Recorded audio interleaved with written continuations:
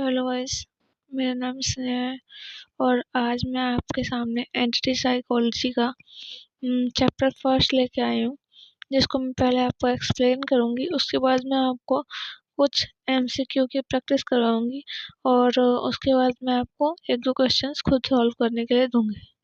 वैसे तो ये मेरा फर्स्ट वीडियो है यूट्यूब पे। वैसे मैं ऑलरेडी एक कोचिंग देती हूँ, बट मुझे अभी ये नहीं पता कि मुझे वीडियो स्टार्ट करने से पहले क्या बोलना है और क्या नहीं। बट मैं चाहती हूँ कि कुछ ऐसे बच्चे हैं जो पैच वगैरह नहीं खरीद पाते हैं, तो वो लोग मेरे वीडियो के माध्यम से अपना एग्ज़ाम क्रैक कर सकें। तो आइए चले हम चलते हैं अपने टॉपिक के ऊपर। तो हमारा पहला टॉपिक जो है वो है पहले चैप्टर का जो टॉपिक है वृद्धि। पहला चैप्टर जो हमारा है पूरा है, उसका नाम है वृद्धि, परिपक्वता और विकास की अवधारणा।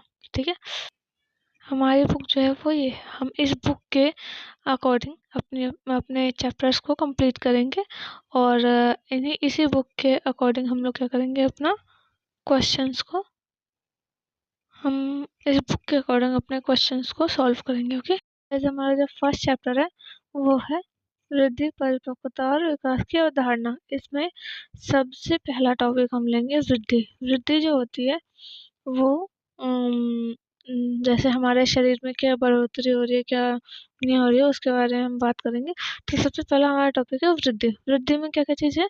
शारीरिक आकार, जैसे हमारे शरीर में वजन बढ़ता है। ठीक है, संरचना में मात्रात्मक वृद्धि, यानी कि हमारा जो शरीर है, शरीर की बनावट में एक तो होता है वजन, जो वजन बढ़ता है लेकिन दिखता नहीं है। कुछ लोग ऐसे होते हैं जो पतले होते हैं लेकिन उनके अंदर वजन बहुत ज़्यादा होता है, तो वो अभी एक वृद्धि में आ जाता है। ठीक है, दूसरा है संरचना में मात्रात्मक वृद्धि। कुछ लोग ऐसे होते हैं जो जिनका वजन तो बढ़ता है लेकिन उसके साथ साथ वो लोग बहुत मोटे हो जाते हैं। लेकिन कुछ लोग ऐसे भी होते हैं जिनका सिर्फ मोटापा दिखता है लेकिन उनके अंदर जान नहीं होती, उनके अंदर वजन मतलब वो उनके अंदर जान नहीं होती है या उतनी ताकत नहीं होती है, लेकिन उनका वजन बढ़ता है। जैसे कुछ लोगों को थायराइड वगैरह हो जाता है तो मोटापा बढ़ता है, तो इसे भी बोलते हैं वृद्धि।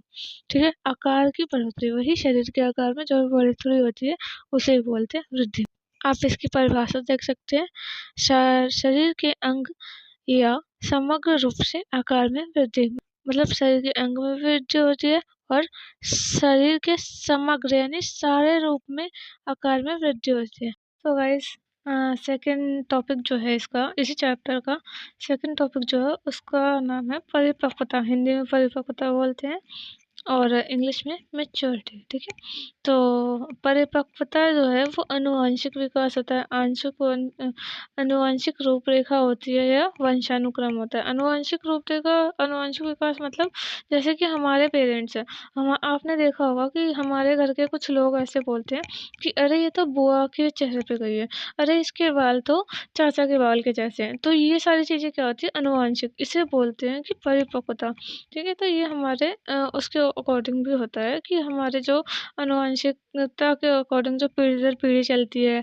ठीक है, या फिर जो हमारे चाचा ताऊ के जैसे उनके बाल होते हैं, उनके रंग रूप होते हैं, तो हम लोग उनके जैसे अगर दिखते हैं तो उसे भी अनुवांशिकता का रूप माना जाता है। ओके, तो आगे चलते हैं, आगे इसकी और एक्सप्लेनेशन देखते हैं। जैसे कि एग्जाम्पल के रूप में आप देख सकते हैं कि बच्चे का चलना, बोलना या फिर यौन अंगों के परिपक्व होना, मतलब बच्चे का चलना। ठीक है, बच्चा कैसे चल रहा है ये भी किसी के ऊपर जा सकता है। ठीक है, बोलना, ठीक है, और यौन अंग जो होते हैं वो, और समय अवधि जो होती है ये आंतरिक प्रक्रिया होती है, जैसे कि आंतरिक रूप से होती है। एक होता है बाहरी, एक होता है आंतरिक। तो ये आंतरिक रूप से होती है और बाहरी तो वृद्धि होती है। ठीक है, अब हम देखेंगे कि वृद्धि और परिपक्वता में क्या डिफरेंस है, क्या अंतर है। ठीक है, तो हम आ जाते हैं, ये हमारा परिपक्वता और वृद्धि के बीच में अंतर। जब वृद्धि होती है वो शरीर में बड़ी होती है।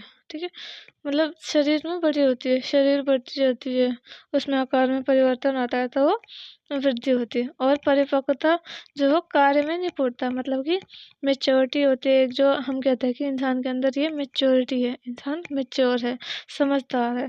ठीक है, तो कार्य में निपुणता मतलब और ज़्यादा क्वालिटी बढ़ती है इसमें। परिपक्वता में क्या होता है?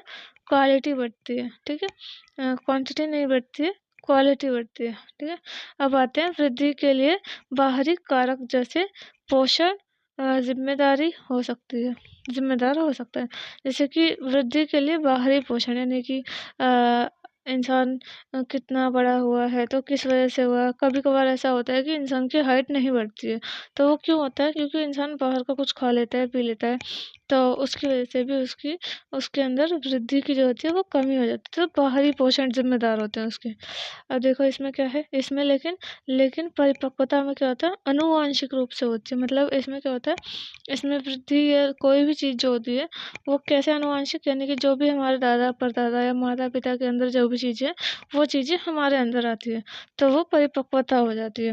ठीक है, यह जीवन भर नहीं चलती है, ये एक समय पे आके रुक जाती है। जैसे हमने देखा है कि वृद्धि जो है जैसे हाइट है, हाइट एक टाइम तक आके रुक जाती है। आपने देखा होगा कि लड़कियों की मैक्सिमम 17-18 तक आके उनकी जो एज होती है, वो जो हाइट होती है, या फिर अप्रोक्स 15 लास्ट भी होता है। ऐसा भी होता है कि 15-16 तक भी जो हाइट होती है वो उतने पे ही रुक जाती है। ठीक है, तो इसे बोलते हैं वृद्धि।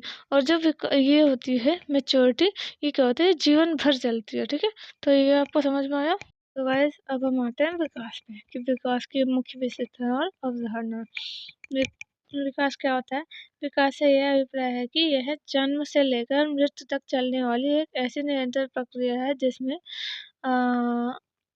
क्या आता है, मात्रात्मक रूप से, भावनात्मक रूप से, गुणात्मक रूप से, शारीरिक रूप से, और मानसिक रूप से, सामाजिक रूप से। अब देखिए इसमें हम इसको एक एक करके एक्सप्लेन करते हैं। सबसे पहले शारीरिक रूप से। शारीरिक रूप से शरीर का विकास होता है। ठीक है, शारीरिक रूप से शरीर का विकास होता है, जैसे कि शरीर हमारी वृद्धि होती है जो शरीर में, तो वह शारीरिक रूप से उसका विकास होता है। भावनात्मक रूप से इंसान समझदार हो जाता है। इमोशनल जो होता है वो अपने इमोशंस को संभालने लगता है। पहले वो कम बच्चा होता है तो वो जल्दी रोने लगता है, लेकिन जब बड़ा होता है तो वो उसे पता होता है कि हमें रोना नहीं है, हमें मतलब मजबूती से काम लेना है। तो ये भावनात्मक रूप से उसके अंदर क्या आया, विकास है। मानसिक रूप से मजबूत होना, यानी कि पहले दिल छोटा कर लेता था, मन को बना नहीं पाता था। अब किसी भी काम को जल्दी करने के लिए आइडियाज़ सोच लेते हैं। ठीक है, पहले आइडियाज़ नहीं होते थे, पहले हम अपने बड़ों पर डिपेंड होते थे।